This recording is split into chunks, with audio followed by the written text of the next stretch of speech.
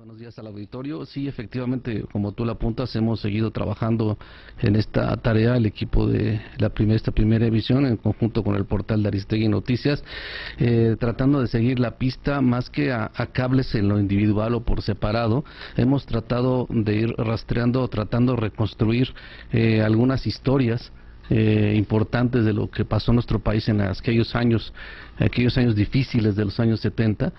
Y bueno, hay muchos temas que desde luego la Embajada de Estados Unidos está involucrada, y hemos tratado de reconstruir desde el punto de vista de la Embajada y de los intereses del gobierno de Estados Unidos una parte de esta historia, ¿no? Y uno de esos es precisamente los años que se le conoce aquí en México como los años de la Guerra Sucia, los años de los enfrentamientos entre el gobierno y la guerrilla, o las guerrillas que existían en México. Hemos tratado de ver qué historias podemos buscar un poco, tratando de entender qué fue lo que pasó en aquellos años. Recordemos que en este régimen priista, pues de aquellos años no se caracterizaba pues precisamente por la transparencia ni por la información de lo que estaba sucediendo. Y bueno, voy a dar paso a una de las historias que hemos reconstruido. Repito, uno de los momentos más difíciles. 1973 fue uno de los años más difíciles para el expresidente Luis Echeverría en su enfrentamiento precisamente con los grupos guerrilleros, toda vez que cedió ante las exigencias del entonces Frente Revolucionario Antifascista y Patriota, que tenía secuestrado nada menos que al cónsul de Estados Unidos en Guadalajara, George Terrence Leonhardy. De acuerdo con cables recientemente, como decías, liberados por Wikileaks, de acuerdo con la información confidencial enviada entonces al Departamento de Estado, Echeverría liberó a 30 guerrilleros en menos de 48 horas, quienes permanecían en prisión en distintos puntos del país, y a quienes su propio gobierno había identificado como autores de asaltos bancarios, secuestros y atentados con explosivos, a cambio de que sí liberara de inmediato al diplomático estadounidense. De acuerdo con esta revisión hemerográfica que hemos hecho de la época y con libros especializados sobre la guerrilla, independientemente de los cables, la mayor parte de estas personas fueron enviadas a Cuba, donde permanecieron durante varios años, obvio bajo la custodia del régimen de Fidel Castro. No obstante, dos de los liberados, los hermanos Alfredo y Carlos Campana López, regresaron a México, y nada menos fueron los autores intelectuales del secuestro de José Ángel Guadalupe Zuno, suegro del expresidente Echeverría, según se reporta en los cables, como te decía, liberados por Wikileaks y revisados por el equipo de esta primera edición y por el equipo también del portal de Aristegui Noticias.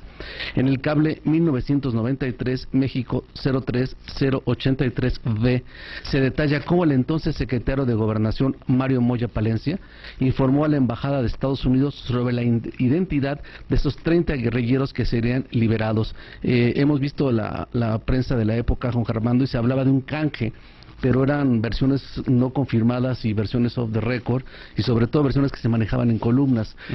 Nosotros encontramos un cable donde vienen y vamos a ver los nombres de quienes iban a ser liberados, y en forma independiente también hicimos un rastreo de ver quiénes eran y qué vínculos tenían con las guerrillas, si es que lo tenían, y entonces presentamos el rastreo de esta investigación. Bien. Los nombres son los siguientes. En el Distrito Federal liberaron a Amalia Gámez García, una colaboradora de Lucio Cabañas, acusada de participar en un asalto al Banco Comercial Mexicano. Calendario Pacheco, del Movimiento Acción Revolucionaria MAR. Este movimiento es muy interesante, Jorge Armando, porque se dice según los cables, que eran un grupo de jóvenes mexicanos que habían sido incluso entrenados en la desaparecida ya Unión Soviética y en la República de Corea.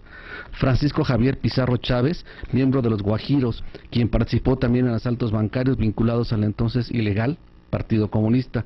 Francisco Uranga López, miembro del grupo que secuestró al director de Aeropuertos y Servicios Auxiliares, Julio Hirschfeld. Años después dirigió el Diario de Chihuahua en el sexenio de Ernesto Zedillo. Isidro Rangel, integrante del Movimiento de Acción Revolucionaria, también estaba en ese grupo. Jesús Anaya Rosique, quien participó en el secuestro de un avión de aerolíneas peruanas en 1969 y posteriormente se convirtió, fíjate qué paradojas da la vida, en el director editorial de Grupo Planeta, además de ser traductor e investigador en Italia, España y México. También estaba Jesús Morales Mondragón, que pertenecía al grupo Unión del Pueblo, que luego se transformó en lo que conocemos como el PROCUP. José Luis Pimentel Ramírez, también al mismo grupo Unión del Pueblo. José María Ignacio Ortiz Vides fue del grupo guerrillero el más conocido y el más digamos, identificado por las autoridades como el enemigo a vencer. En Guatemala, uno de los grupos que se llamaba 13 de noviembre. Josefina Pimentel Ramírez, integrante, otro de los grupos destacados de la Liga 23 de septiembre. Jorge Sánchez Hilares, miembro de la Liga 23 de septiembre. Jorge Pau Hurtado, quien venía del movimiento estudiantil de 68, ex militante del grupo que se conocía como los Lacandones, y bueno, posteriormente, según información hemerográfica, se supo que trabajó con Diodoro Carrasco en la Secretaría de Gobernación. Juan Chávez de la Rocha, es guerrillero y ahora presidente estatal interino de Morena en Chihuahua. Julio Ángel Pimentel Ramírez, quien estaba detenido por colocar bombas en empresas de Estados Unidos o filiales de Estados Unidos en 1972. En este grupo también estaba Lourdes Uranga López, quien participó en el secuestro de Julio, como decíamos, Julio Sherfield Almada. Ella estuvo en Cuba, en Italia, y ahora pues la tenemos ubicada como profesora en la Universidad de Chapingo.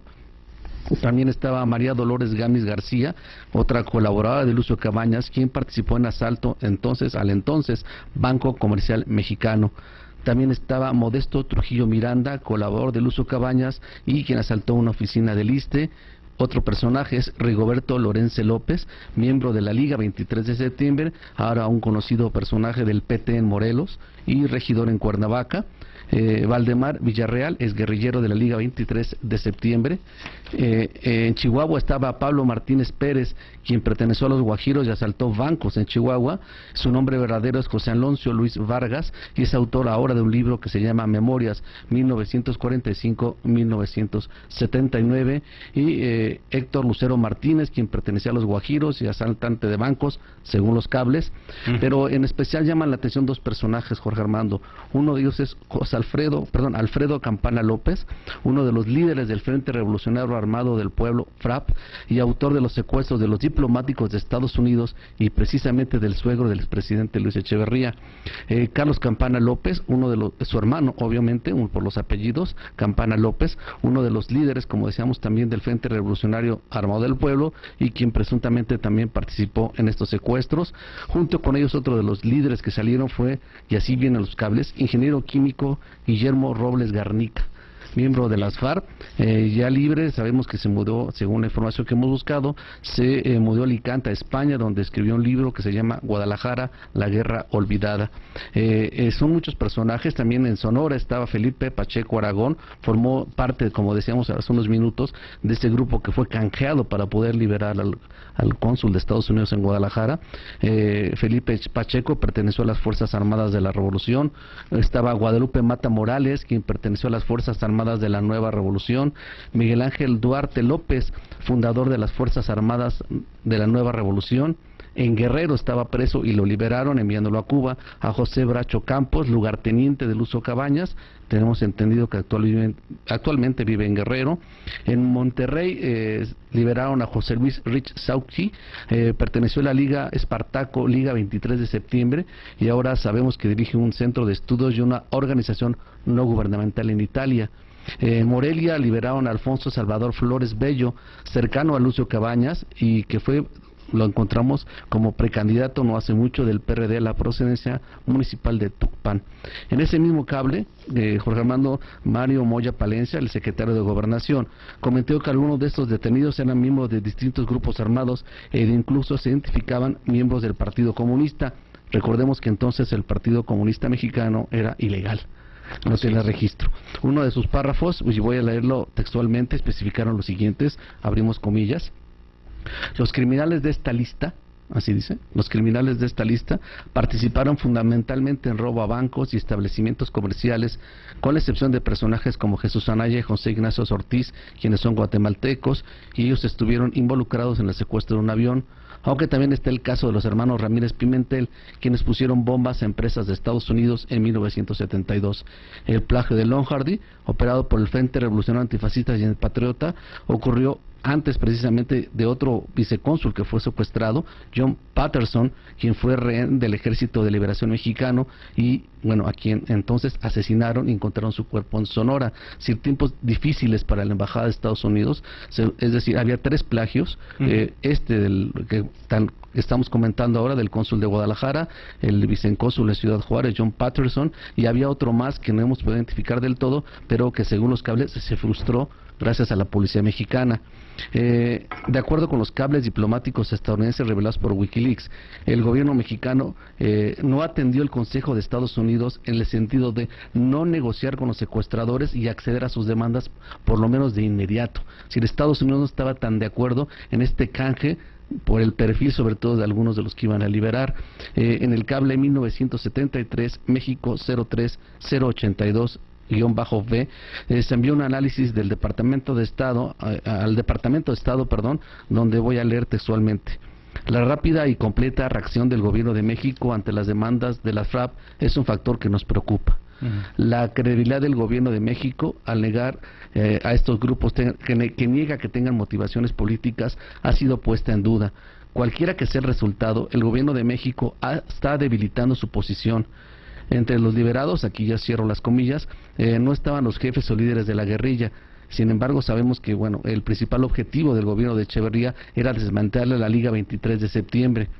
Esta negociación se dio los días fuertes, como decíamos, de enfrentamientos. Por un lado estaba la Dirección Federal de Seguridad y su Brigada Blanca, que encabezaba el polémico Miguel Nazararo, y por la otra la Liga 23 de septiembre con su brazo armado que se llamaba la Brigada Roja. Muchos de estos personajes que fueron canjeados, algunos pertenecían precisamente a la Brigada Roja.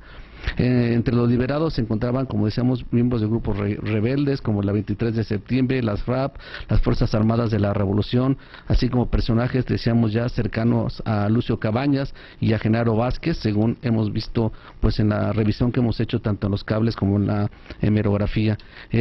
Un año más tarde, justo un año más tarde, en 1974, el gobierno mexicano pagó las consecuencias de este canje por la vida del diplomático.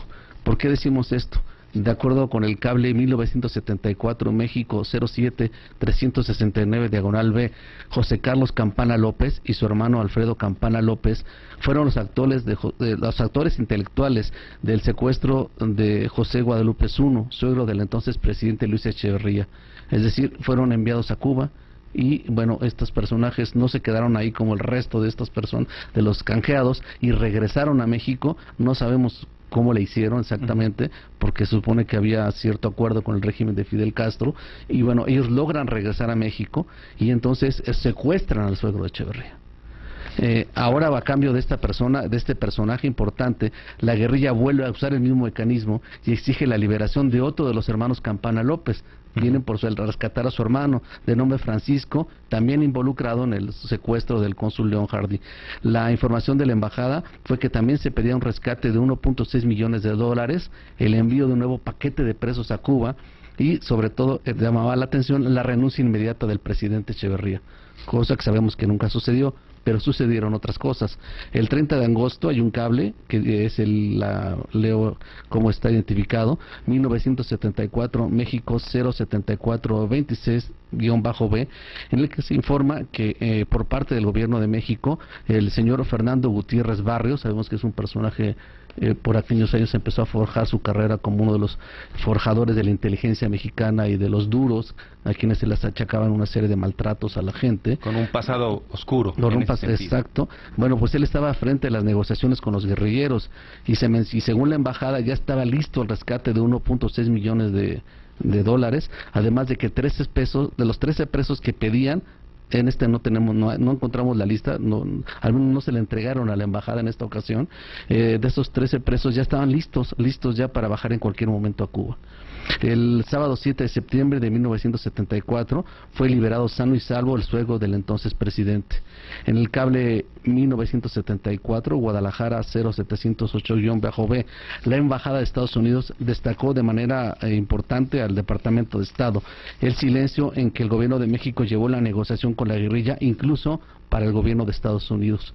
Sin embargo, pues hubo información, según la embajada, a su alcance, en el sentido de que los presos políticos de Guadalajara, al menos los que estaban en Guadalajara, desaparecieron sin rastro alguno, las familias no sabían de su paradero y tampoco había protestas por saber dónde estaban. Para la embajada de Estados Unidos había cosas que le resultaron muy curiosas, ¿no? Como el mismo día que liberaron al suegro del presidente Echeverría, dice que había decenas de espacios pagados en la prensa nacional felicitando al gobierno de Echeverría por las gestiones y por haber apurado la liberación sana y salva de su suegro, ¿no? Que había que destacarlo. En Jalisco, por lo que hemos visto, era un personaje muy importante, fundador y muy influyente en la Universidad de Guadalajara desde el punto de vista académico.